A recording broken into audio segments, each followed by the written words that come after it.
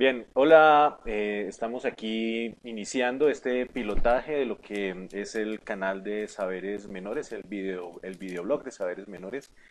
Eh, este era un blog que venía alimentando, no con mucha regularidad, en algunas ocasiones lo hacía con mayor frecuencia, pero aprovechando estas nuevas herramientas y sobre todo las posibilidades de interacción del video y la transmisión en vivo, que bueno, lamentablemente para nuestro pilotaje no fue posible. La idea es que en adelante el videoblog se pueda llevar a cabo y que nos facilite un poco la comunicación. El otro propósito que tengo con este proyecto es que entre todos, pues quienes se vayan conectando o vayan visualizando este material, pues vayamos conversando sobre los temas, vayamos enriqueciendo las opiniones, siempre digamos que en un tono colaborativo, que si tenemos materiales, más videos, documentales, lecturas que nos puedan aportar, pues ojalá las podamos ir compartiendo a través de los comentarios, que creo yo podría ser una buena alternativa precisamente para sugerir otro tipo de aprendizajes y de procesos. Entonces, pues este piloto que arranca esta temporada, decidí llamarlo o arrancar con el tema del contexto educativo y colocarle un subtítulo que tenía que ver con las poéticas del lugar y de interpretación. Es decir, comenzar a hablar del contexto educativo. ¿Por qué? Sería la primera pregunta que muchos de ustedes seguramente se están haciendo. Y es porque creo que es una de las cosas con las que generalmente cuando estamos en estos ámbitos de las humanidades, de las ciencias sociales, de la educación, pues sí que siempre nos invitan a que arranquemos nuestras investigaciones o nuestras propuestas preguntándonos o intentando caracterizar pues esos contextos donde nosotros vamos a llevar a cabo nuestras prácticas, nuestras intervenciones o en general nuestras experiencias. Entonces, me pareció muy apropiado que arrancáramos, o sea, que el videoblog comenzara a propósito de este asunto del contexto educativo, porque como muchas otras cosas que esperaría yo que fuéramos avanzando y que ustedes también propusieran, pues hay algunas categorías o algunas dimensiones que nosotros utilizamos todo el tiempo, pero que se van convirtiendo en abstractos, ¿no? O sea, ¿qué es esto del contexto educativo? Tenemos que arrancar por ahí, supuestamente, nos dicen nuestros colegas o incluso nuestros asesores, que arranquemos pensando el asunto del contexto educativo, del contexto donde nosotros estamos, no necesariamente en educación, en lo que les digo, en un trabajo social, pero bueno, esto es una idea demasiado abierta. ¿Qué tengo yo que observar allí? ¿Cómo se construye un contexto? ¿Eso de qué está compuesto? ¿Y cómo yo podría llevarlo a una vía analítica? Pues creo que eso sugiere un entrenamiento. Entonces, por eso iniciamos nuestro videoblog trabajando sobre este tema. Digamos que hay unas pautas que voy a intentar seguir durante estos programas, y es que como sé que no todo el mundo tiene la misma disposición y el mismo tiempo para poder escuchar toda la conversación o toda la exposición, pues seguramente haría falta como un breve resumen para que quien no quiera escuchar los 15 minutos, pues simplemente con los 2 primeros minutos sepa cuáles son los temas centrales. Entonces, en este primer pilotaje les decía yo, para poder hablar de contexto educativo teníamos que partir como de, hoy voy a intentar resolver tres premisas, tres ideas generales. La primera tiene que ver es que cuando hablamos de contexto no solamente se trata de, digamos que de eh, como una forma descriptiva, ¿cierto? De un lugar, un espacio determinado, sino que fundamentalmente estamos hablando de un método de análisis social, educativo y humanístico. Esa sí, digamos que sería la primera tesis. Entonces, para ir resumiendo, no solamente es una forma de descripción, a veces muy estéril, ya lo vamos a ver, lo vamos a comentar, sino que ante todo lo que quiero yo defender es que se trata también de una metodología particular. Esa es la primera idea. La segunda idea que pretendo desarrollar, que quiero comentar con ustedes, es que para hacer un trabajo de contexto necesitamos un entrenamiento renovado en la lectura, y una lectura que es de carácter interpretativo. Es decir, no es una lectura convencional, no es una lectura o no nos remite a una idea de lectura tradicional, sino que en ello también necesitamos un entrenamiento para que nos ayude esta forma más analítica, precisamente a llenar de sentido lo que vamos a denominar como contexto o como estudio de contexto.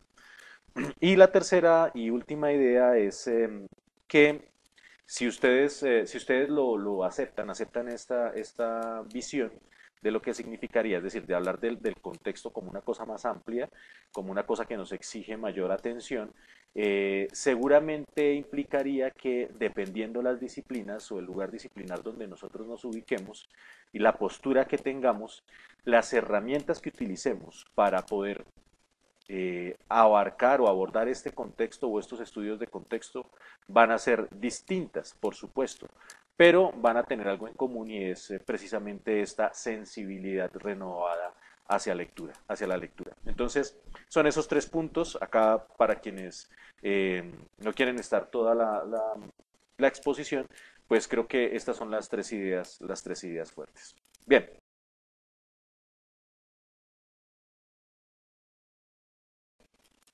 entonces comencemos con la primera tesis y es decir que por contexto no vamos a entender solamente el asunto de lo descriptivo, sino que vamos a decir que el contexto o hacer un trabajo sobre el contexto implica en sí mismo un método de análisis social. Entonces, ¿cómo resolvemos esta cuestión? ¿Cómo intentamos darle mayor claridad? Lo primero es que les decía que bueno, que cuando hacemos estos trabajos sobre el contexto, siempre como que la primera idea que se nos viene a la cabeza es que se trata de un lugar, de un espacio. Es un espacio donde suceden cosas.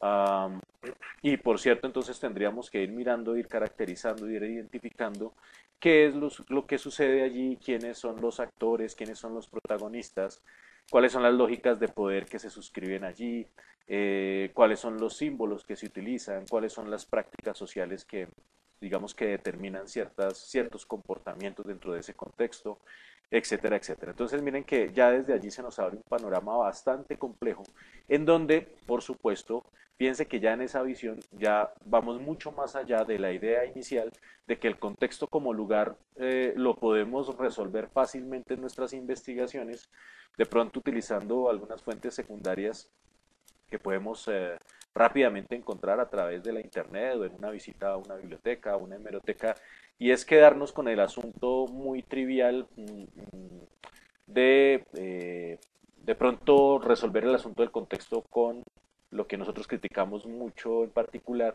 y es, bueno, quizás voy a estar en tal localidad, voy a estar en esta región y hay una cantidad de datos que van apareciendo allí que tienen que ver, sí, con algunas caracterizaciones que se hacen de las poblaciones o de los sitios, pero miren ustedes la gran diferencia y es que de todas maneras, si bien es cierto, esta información preliminar puede ayudarnos a tener una aproximación inicial al asunto o al sitio de trabajo, no es una información que nosotros interioricemos en realidad. Es decir, tenemos aquí un gran problema, se nos abre otra, digamos que otra rama de trabajo y es que cuando nosotros estamos trabajando en el asunto metodológico, fíjense que pareciera que estos temas se van resolviendo como si fueran simplemente parte de unos procedimientos. Entonces, si a mí me dicen, lo primero que tienes que hacer es trabajar sobre el contexto, pues yo lo veo como una parte de todo el proyecto generalmente y entonces podría ser que me quedo con esta batería de información sin que necesariamente esta información a mí me permita en realidad interiorizar toda la serie de fenómenos que están asociados a ese espacio determinado.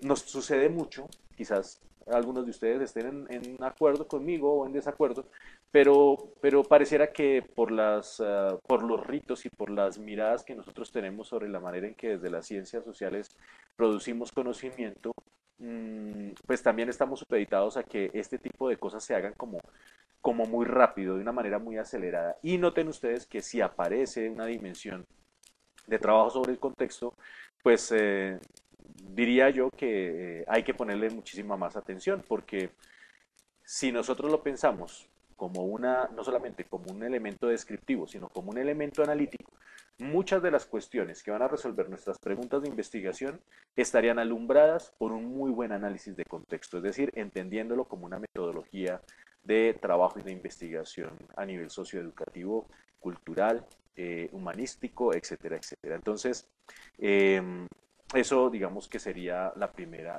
idea. Si nosotros hablamos de un contexto educativo, pues además de actores, además de protagonistas, de lógicas de poder y de formas de representación, pues también, si estamos hablando de lo educativo, seguramente aparecerían elementos relacionados con la intencionalidad del acto educativo. Es decir, tendríamos que pensar en algunos protagonistas de ese acto educativo y seguramente en una cantidad de dispositivos que van apareciendo allí. El mismo discurso pedagógico, por ejemplo, el performance que hace el profesor, que hace el guía, los comportamientos que tienen nuestros estudiantes o las personas que participan con nosotros en esa intervención. Y además de ello, pues toda la serie de herramientas, de materiales que hacen parte, digamos que de ese espacio intencionado. Entonces, fíjense que allí el contexto, además de la riqueza que hemos descrito hace un momento, tendría, digamos que esa visión o esa complejización adicional y es todos los elementos que hacen parte, que pliegan un poco el acto educativo en términos de las herramientas didácticas, de los discursos que se ponen en juego, etcétera, etcétera. Entonces, noten ustedes que esa visión del contexto educativo va creciendo en ese sentido. Se va llenando de muchas más categorías que nosotros tendríamos que identificar y que tendríamos que ir densificando paso a paso. Como ya ustedes se pueden ir dando cuenta, esto digamos que resuelve o afirma, mejor más que resolver, afirma muchísimo más la tesis central que he querido exponerles y es que si hiciéramos unos muy buenos análisis de contexto, pues muchas de las preguntas de investigación se irían resolviendo parcialmente a través de este tipo de estudios. Bien, eh, la otra cuestión acá es que si hablamos de los contextos educativos, se encuentra allí una tensión interesante con lo que nosotros entendemos por el ámbito de lo escolar, porque noten ustedes que allí van pasando una serie de elementos que nosotros podríamos llamar típicos de la intervención educativa, es decir, hay un acto intencionado, hay unos propósitos, hay unas metodologías, unos recursos, etcétera, etcétera. Pero si decimos es un contexto educativo, seguramente hay todo un diseño de ese espacio donde se supondría ocurrirían esas relaciones o esas interacciones de aprendizaje y enseñanza. Estaríamos hablando de un contexto educativo hasta allí, está intencionado, tiene su propósito, está muy bien planeado, etcétera, etcétera. Pero miren que aquí se abre un panorama muy interesante, por lo menos para mí, y es que yo diría los contextos educativos, cuando se trabajan muy bien, es decir, cuando se pueden analizar desde esta perspectiva, como, como una suma de complejidades que definen una atmósfera, por eso fíjense ahí ya cómo va entrando el elemento poético acá, eh, más allá de ser espacios poco estériles, estamos nosotros trabajando con atmósferas y las atmósferas entonces tenemos que darles como un sentido para que en realidad sea una oportunidad para que construyamos climas de trabajo, ¿sí? Entonces, estaríamos hablando de que pasamos del contexto educativo o de los contextos educativos a contextos que son formativos. Miren esa transición allí bien interesante y que pues por lo menos a mí me gusta mucho y es como si bien arrancamos por una visión muy convencional, digamos que por un tema que ustedes lo pueden estar refiriendo todo el tiempo como contexto educativo, la idea sería ir transitando desde lo que estamos discutiendo hacia el análisis de contextos que van a ser de carácter formativo. ¿Qué los diferencia? Pues bueno, básicamente que en el contexto educativo, como les digo, pareciera que todo está ya preformateado, que tenemos un control muy alto sobre lo que está sucediendo en ese lugar, pero cuando pasamos de la visión del lugar a la visión de lo atmosférico, estamos hablando de una posibilidad para la formación. Ustedes se preguntarán, pero ¿cómo diablos es eso? ¿Por qué sucedería de esa manera? Pues la respuesta para mí es muy sencilla y es que en un contexto de lo educativo seguramente vamos a estar esperando que existan jerarquías y en donde el rol de los profesores, de los maestros o de los acompañantes, pues por supuesto sean los de educar a una población en particular o a un grupo de personas, de dar instrucciones, poco como esta mirada muy tradicional de la educación. Mientras que al crear una atmósfera, este contexto se transforma, cambia, y lo primero que sucede es que a pesar de que existen los materiales, a pesar de que existen las planeaciones, a pesar de que está toda la intencionalidad de lo educativo, quizás se pueda hacer lo suficiente como para que las personas quieran, deseen formarse. Entonces, por eso hablamos de un espacio de trabajo, de un contexto que ha pasado de lo educativo a lo formativo y en ese sentido entonces hablamos de una atmósfera de formación.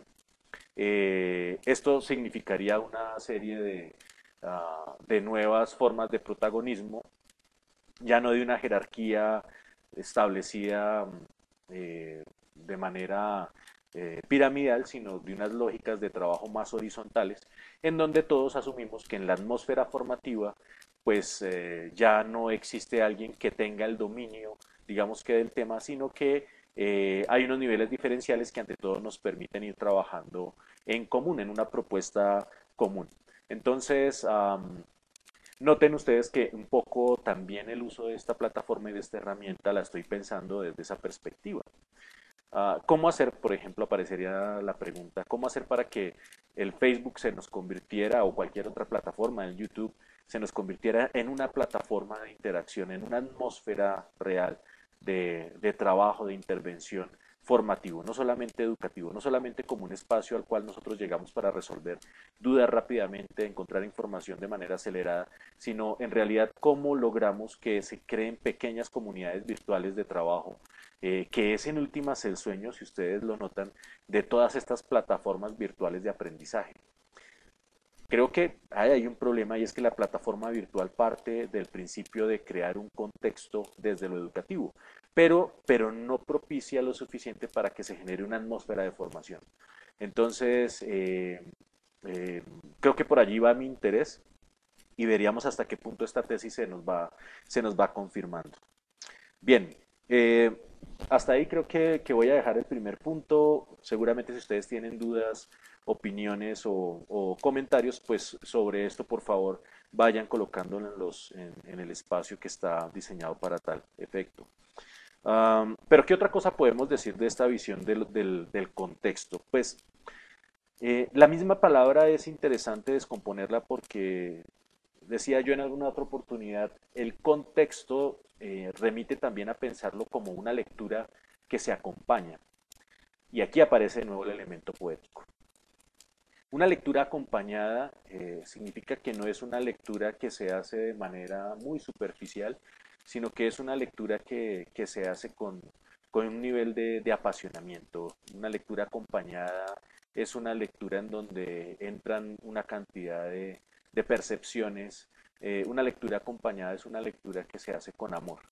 Entonces, un ejercicio de construcción de contexto deja de ser instrumental cuando en realidad yo lo entiendo como una forma de hacer una lectura acompañada, una lectura que voy a hacer con otros, una lectura en donde aparecen toda esta cantidad de elementos que lo complejizan, pero que en últimas me está retando mi escópica, mi forma de mirar. Si bien por escópica entendemos que está relacionado o mejor, que está un poco como explicado a través del asunto de la visión o de la visualidad, estaríamos aquí hablando de una escópica particular donde entran en juego todos los sentidos. Entonces, miren qué bonito, si me permiten a mí la expresión, porque cuando hablamos de los contextos, y si son contextos en un primer momento educativo, que queremos que sean formativos, lo primero que habría que aceptar es que nos acercamos a los contextos con ganas de hacer lecturas afectivas, de hacer lecturas acompañadas, de hacer lecturas con textos, ¿sí? Y con subtextos, por supuesto. Entonces, acompañar la lectura también significaría que tenemos que estar muy dispuestos a reconocer una cantidad de lenguajes, de simbolizaciones que van apareciendo que de pronto no estamos acostumbrados a ellas, pero que nos suponen también ese afán, digamos, que de querer saber cómo poder interpretar esa cantidad de códigos, de símbolos, de imaginarios que van apareciendo en ese espacio que hemos denominado lo contextual. Entonces, eh, supondría también que es necesario construir una capacidad de lectura transfuncional. ¿Qué es una lectura transfuncional? Pues es una lectura muy entrenada que me permite a mí decodificar una gran cantidad de elementos sígnicos que van apareciendo en ese reconocimiento del contexto. O que si bien no los puedo interpretar de primera mano, sí puedo identificarlos como algo, es decir, no pasan de manera ¿cómo decirlo? Que no lo note, ¿cierto? Sino que yo así no sepa qué significan, mi atención se fija en ellos para que en otro momento pues yo puedo devolverme y trabajar sobre sus sentidos y sus significados.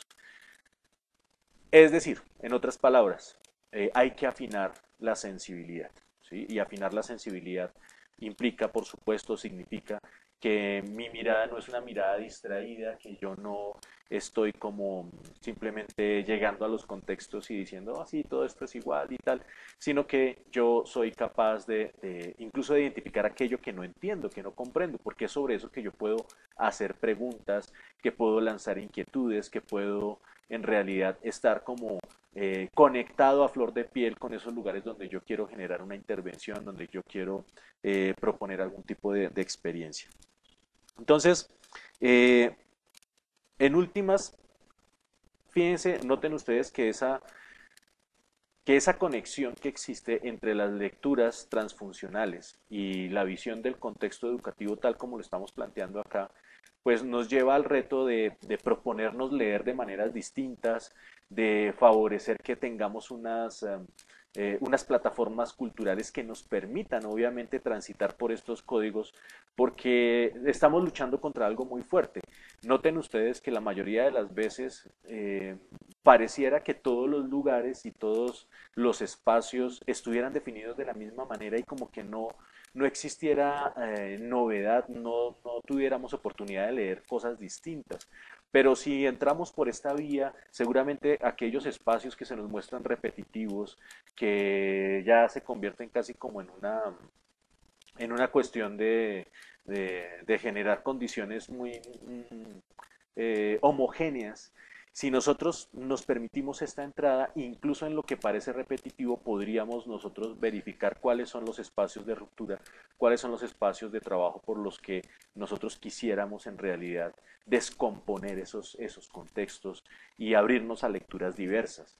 Estamos en últimas jugando con lo que se nos muestra como hegemónico y cuáles serían las formas de resistencia, cuáles serían las formas de fuga, las líneas de fuga, perdón, para poder contextualizar de una manera más rica, menos estandarizada, menos formateada y solamente desde esa visión entonces entenderíamos que al hacer este tipo de estudios de contexto pues iríamos avanzando rápidamente en nuestras investigaciones.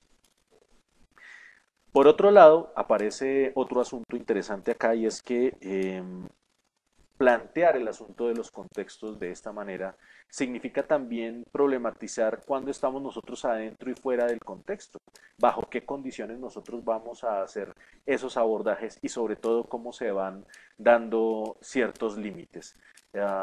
Cómo en los estudios de contexto van apareciendo unos centros, pero también unas periferias, vamos encontrando unas relaciones también distintas acerca de lo que significa qué es lo extraño o qué es lo propio dentro de los mismos contextos.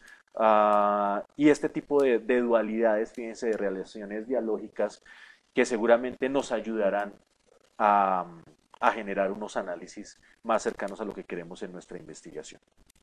Bien, cerro, digamos que el segundo punto, a propósito de lo que decíamos, una lectura interpretativa implica una razón emocional. Creo que con estos elementos que hemos discutido hasta ahora, eh, bueno, podrían aparecer más preguntas y podríamos seguirlo discutiendo, pero hago énfasis de nuevo sobre ello. Fíjense que la lectura, esa lectura transfuncional es una lectura que solamente puede realizarse con un, o mejor, desde un plano estético, ¿sí?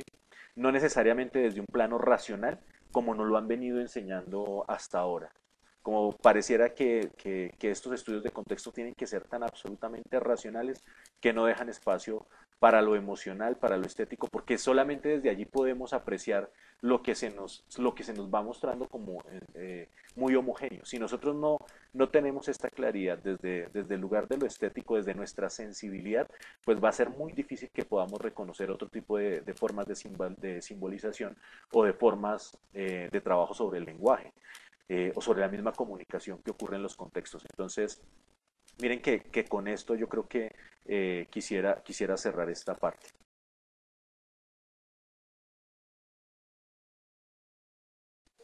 El otro punto que aparecía en la introducción y que quería comentar el día de hoy tiene que ver con las herramientas disciplinares. Es decir, hasta ahí todo muy bien. Alguien podría decir, pues sí, suena muy romántico como siempre, pareciera también demasiado abstracto. Me están diciendo que puedo hacer unos estudios de contexto que no se queden solamente en la ubicación de la localidad y en las características de las poblaciones, de pronto a nivel de estadísticos o de percepciones de otros estudios, sino que en realidad me están diciendo que yo puedo ampliar el estudio de contexto, que puedo sugerir otro tipo de sensibilidades, de emociones que me ayuden a mí a descubrir las verdaderas interacciones que tienen las comunidades, que tienen las personas, que tienen los grupos y que quizás desde allí, si yo voy afinando ese entrenamiento, pues puedo avanzar en la planeación de mis intervenciones o en el desarrollo de mis investigaciones. Todo muy bien hasta ahí, pero obviamente aparece la pregunta fundamental y es cómo hacerlo,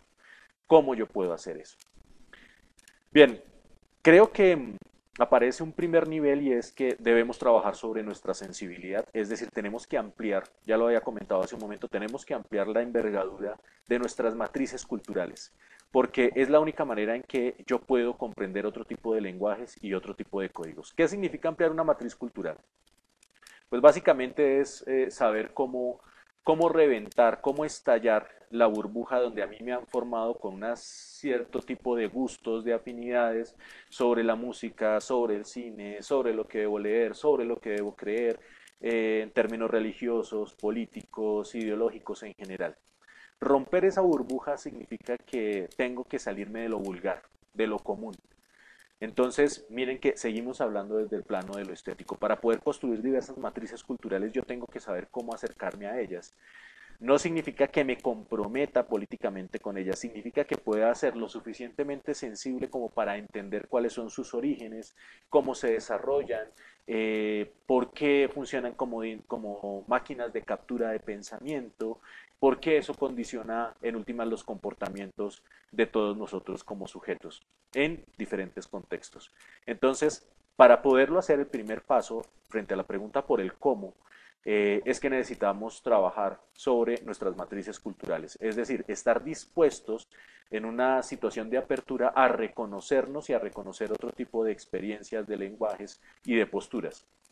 Ustedes dirán, pues eso es fácil, pero en realidad no lo es. Hay que trabajar muy duro sobre ello porque generalmente nosotros operamos desde los prejuicios y hay muchas cosas que nos imposibilitan, digamos que ese nivel de conversación y de saturación también que nos intentan proponer unos mundos que son absolutos, absolutistas y determinados. Romper con esa máquina es algo, es ya de entrada un trabajo formativo, por eso necesitaríamos pasar de los contextos educativos a las atmósferas formativas. Fíjense, ahí hay un nivel de justificación.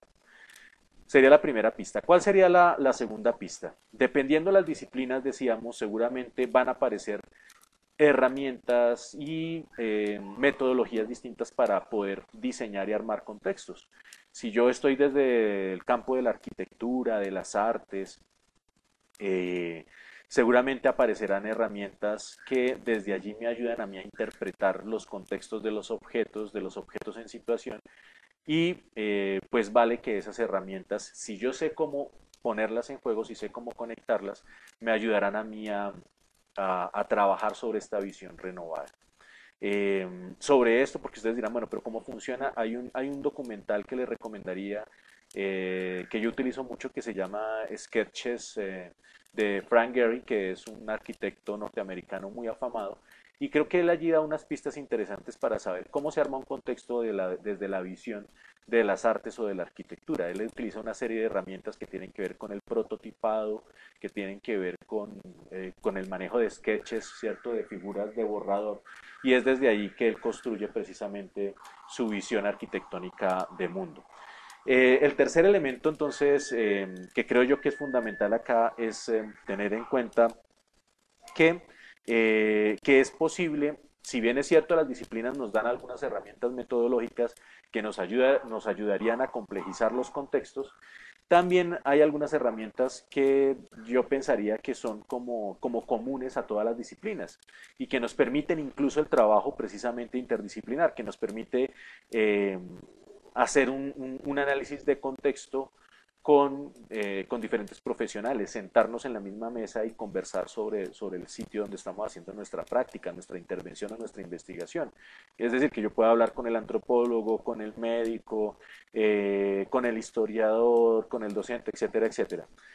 Y este tipo de herramientas son herramientas de carácter cartográfico, es decir, que trazar mapas, la cartografía define mapas, trazar mapas nos ayuda precisamente a entender mejor los contextos, a entender mejor las fuerzas, las líneas de poder que se van, digamos que se van gestando en cada uno de estos lugares, de estos espacios, y trabajar entonces con estos diseños cartográficos, con el trazado de mapas, es un buen elemento para resolver el problema metodológico del cómo hacerlo.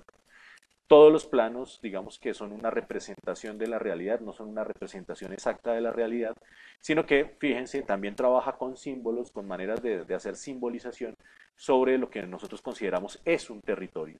Entonces, sí que valdría la pena que desde diferentes disciplinas y desde los mecanismos que tiene cada una de las disciplinas para representar o para idear el mundo desde sus conceptos y desde sus visiones, pues seguramente aparecerían allí diferentes planos de esa cartografía que nos ayudarían a reconstruir un poco como ese recorte de la realidad. Entonces, digamos que la cartografía es una herramienta transversal que es común a todas las disciplinas y que nos ayudaría precisamente a trabajar sobre el análisis de los contextos. Bien, ya para finalizar, entonces, diría que todo esto, ¿por qué arrancar? De nuevo la pregunta inicial, ¿por qué arrancar hablando de contextos? Decimos, porque si la tesis es que un buen análisis de contextos nos ayuda a resolver muchos elementos del trabajo de planeación, de investigación, de intervención, también es porque un buen análisis de contextos nos da un panorama, nos abre un panorama gigante de nuevas preguntas. Eh, entonces creo que en ese sentido es muy valioso porque tendríamos los elementos suficientes, por ejemplo, desde un análisis cartográfico, para que fueran apareciendo nuevas preguntas, nuevas inquietudes y seguramente desde allí estaríamos, por supuesto, ampliando nuestros trabajos de intervención, de investigación, con preguntas que son relevantes, que son situadas, que no son abstractos, que no hemos sacado simplemente desde la revisión de la literatura, sino que nos han invitado sobre todo a acercarnos a estos lugares con una perspectiva distinta. Pues bien, vamos a dejar hasta ahí nuestro primer programa. Espero que les haya gustado, que haya generado muchas inquietudes y pues recuerden, de lo que se trata es que vayamos alimentando con nuevos comentarios, que compartamos algunos materiales y en ese sentido podamos avanzar en este proyecto.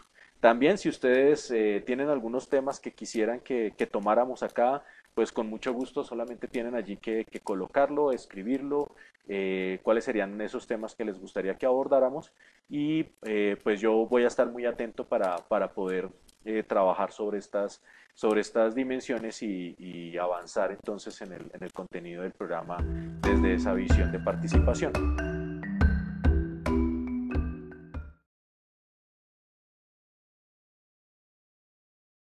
Quiero finalizar recomendando un libro, porque pues creo que también es adecuado hacerlo en este espacio, hablando precisamente de las lecturas eh, que son, que son transfuncionales, pues hay métodos de lectura, digamos que convencional, pero también hay que avanzar en la lectura para que nos vayamos ayudando a qué es lo que tenemos que leer. Pues he estado trabajando sobre un libro de una autora que se llama Maite Larrauri. Este libro está editado por Tandem, por la editorial Tandem, y es este libro que se llama El Deseo, es una revisión de, de la filosofía de Gilles Deleuze, del filósofo francés que como ustedes saben, pues eh, digamos que es uno de los referentes principales que yo utilizo. Es un libro muy interesante, muy bonito, porque fíjense, no es muy largo, tiene apenas 89 páginas.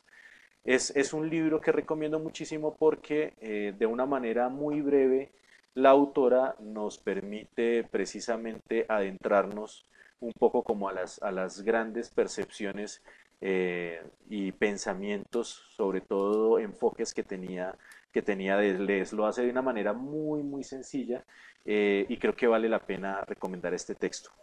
En la página 18 ella extrae un pensamiento de Lesiano y quisiera finalizar este piloto con esta cita. Dice, nada fácil percibir las cosas por el medio, y no de arriba a abajo o al revés, de izquierda a derecha o al revés. Intentadlo y veréis cómo cambia todo. No es fácil ver la hierba en las cosas y en las palabras. Pues bien, con esto finalizamos nuestro programa del día de hoy.